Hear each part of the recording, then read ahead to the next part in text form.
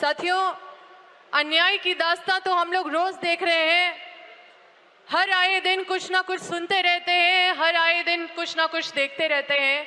और यहाँ भी कई वक्ताओं ने अपने अपने राज्य की अन्याय की दास्तां यहाँ पे मंच में रखा है। मैं बहुत सौभाग्यशाली हूँ जो मुझे इतने बड़े मंच से बोलने का मौका मिला। मैं अपने लीडरशिप को, हमारे यूथ आइकन, हमारे लीडर श्री राहुल गांधी जी, हमारे कांग्रेस प्रेसिडेंट मल्लिकार्जुन खड़गे जी जो अभी नहीं है, और हमारे मंच में उपस्थित केसी वेणुगोपाल जी और तमाम लीडर जिनको हम लोग फॉलो करते हैं, जो हमारे अभिभावक के मंच में विराजमान हैं, आप सभी को तहे दिल से आभार व्यक्त करते हैं। आप हमारे मार्गदर्शक हमेशा बने हैं और ये शक्ति के साथ जो हम लोग कांग्रेस पार्टी में जिस विचारधारा के साथ खड़े हैं, क्योंकि हम झारखंड से आए हैं तो हम जल जंगल जमीन की बात करेंगे। साथियों, न्याय पथ ये एक बहुत बड़ा मैसेज है। अन्याय सिर्फ लोगों के साथ ही नहीं हो रहा है साथियों, अन्याय उन जंगलों के साथ भी हो रहा है।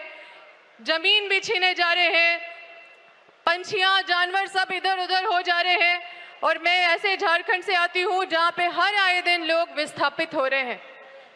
हमारे क्षेत्र में भी विस्थापित का सबसे बड़ा मुद्दा है और हमारा झारखंड में भी सबसे बड़ा मुद्दा विस्थापितों का है, जिसका बात शायद बहुत दबते जा रहा है। और हमारी जब कांग्रेस की सरकार थी तभी विस्थापितों को संरक्षित करने की कानून बनाई थी, जंगलों को संरक्षित करने की कानून बनाए गए थे, जमीन को किसानों से नहीं छीना जाए, कई ऐसे कानून बनाए थे, वाइल्ड लाइफ को बचाने के लिए कानून बनाए गए थे, जो आज पूरी तरह से ध्वस्त हो रहे हैं। ये अडानी अंबानी बड़े बड़े प्रोजेक्ट लेके आते हैं हमारे झारखंड में और विस्थापितों को यहाँ से वहाँ कर देते हैं।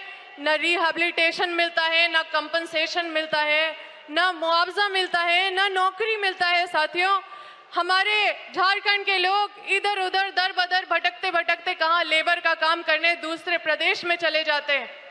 साथियों, अगर हमारे राज्य के बच्चे अगर इसरो में काम करने के लिए बाहर जाएं, अगर पायलट बनने के लिए बाहर जाए तो समझ में आता है, लेकिन अगर अपने परिवार को छोड़ के 5-10 हज़ार की नौकरी करने के लिए बाहर जाएं तो उससे दुर्भाग्य कोई भी बात नहीं होगी। और मैं और मेरा पूरा परिवार विस्थापन का लड़ाई लड़ रहे हैं, क्योंकि हम वहाँ से विधायक रहे हैं और इस बार चूक गए, चुनाव में नहीं जीत पाए, क्योंकि उस समय हम लोग कंपनी का विरोध कर रहे थे और अभी कंपनी वहाँ पे शासन करने लगी है, ठीक उसी तरह से जैसे ईस्ट इंडिया कंपनी करती थी। तो साथियों, अन्याय का पैमाना इतना बड़ा है कि हम सबको अपने लीडरशिप के बातों को गंभीरता देने का जरूरत है। ये जल, ये जंगल, ये जमीन, ये हमारा अस्तित्व सबको मिटाया जा रहा है।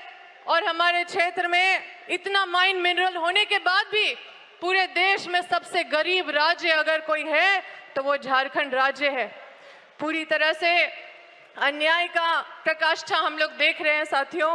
क्योंकि मंच में मौका मिला बोलने का तो हम सोचे कि अपने झारखंड की भी स्थिति बताएं, ताकि आप लोग इस बड़े पैमाने में जो हम लोग न्याय पथ में निकले हैं उसको और मजबूत बनाने के लिए संकल्पित रहें।